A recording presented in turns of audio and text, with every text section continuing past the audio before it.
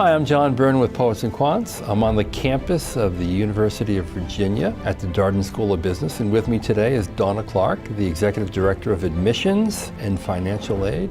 Welcome, Dawna. Thank you. Now, you just came back into admissions after a short stint as an MBA admissions consultant. That's correct. What did you discover from the other side of the desk? I would say more than anything, a really deep empathy for the applicant experience. I think, for those of us who are final decision makers on hundreds or thousands of applications, just to sort of see the blood, sweat, and tears that go into the process is really, really valuable. So in helping people navigate the school selection process, undoubtedly you learned a lot about your competition. Right. What makes Darden stand out among that set of schools? There's so much positive momentum at Darden right now. I was really excited to learn about Darden's new dean, Scott Beardsley, who was a leader at McKinsey, and how much he and his team have accomplished in a short period of time. Of course, one of the considerations that is on the mind of a lot of students is affordability, and Darden has done a lot to prioritize making Darden one of the most affordable top business schools in the world. There's been over a 700% increase in the amount of philanthropy given for scholarships. And historically, many times business schools tend to award scholarships on the basis of merit. Right. But you're now starting to shift a little bit more toward need. My first question was, what is my scholarship budget? And I was thrilled to see how generous Darden is regarding the scholarship budget for students and how truly committed they are to making it as affordable as possible. Now, what are you looking for, really, in a successful candidate?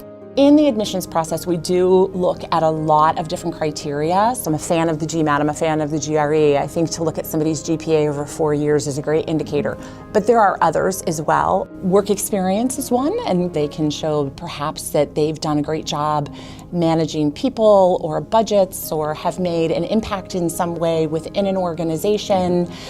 Maybe they come from a unique industry that would add a unique perspective and a case method. So I think we'll have a more holistic approach regarding the academic credentials that we're looking for. What does Darden do to welcome people who might be interested in basically testing the place out? We work really hard to make sure if an applicant is taking time off of work to come and get to know the school better, that it's worth their while. So there are information sessions with faculty members, there are tours with students, and I think most importantly, the class visit is so illuminating because Darden is so well known for the quality of teaching and the educational experience. So that's something that I would highly recommend. And if you're applying to Darden, definitely recognize you have so many advantages by being part of the broader university and such a great community. Yeah, and at one time in your life, you were actually a student.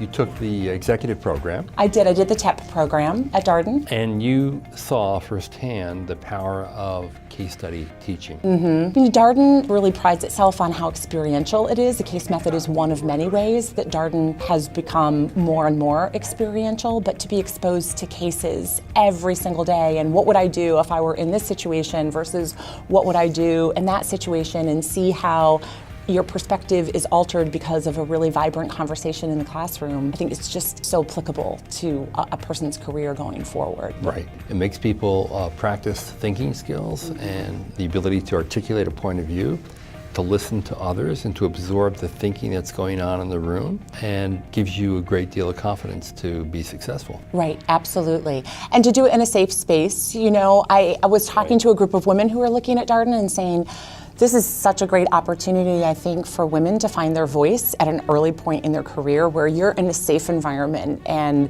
you can express your opinion, you can question other people's opinions, you can, elaborate on something someone is saying, but to have that opportunity, particularly for a young woman early in your career, is something that I think is incredibly valuable. So Dawna, you have a son. I do. What would you tell him about Darden to convince him to come here?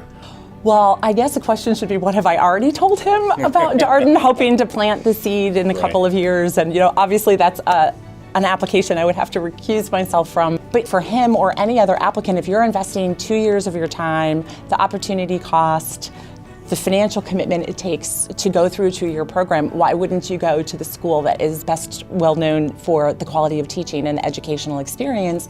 Because ultimately you want to come away from here with skills that are going to really help you hit the ground running and succeed. And that's what we hear from recruiters about Darden grads really consistently, and why they come back, and they have such a great track record and so many corporations. Well, Dawna, thank you very much. Thank you so much. Great talking with you, John. And this is John Byrne with Poets and Quants. Thanks for watching.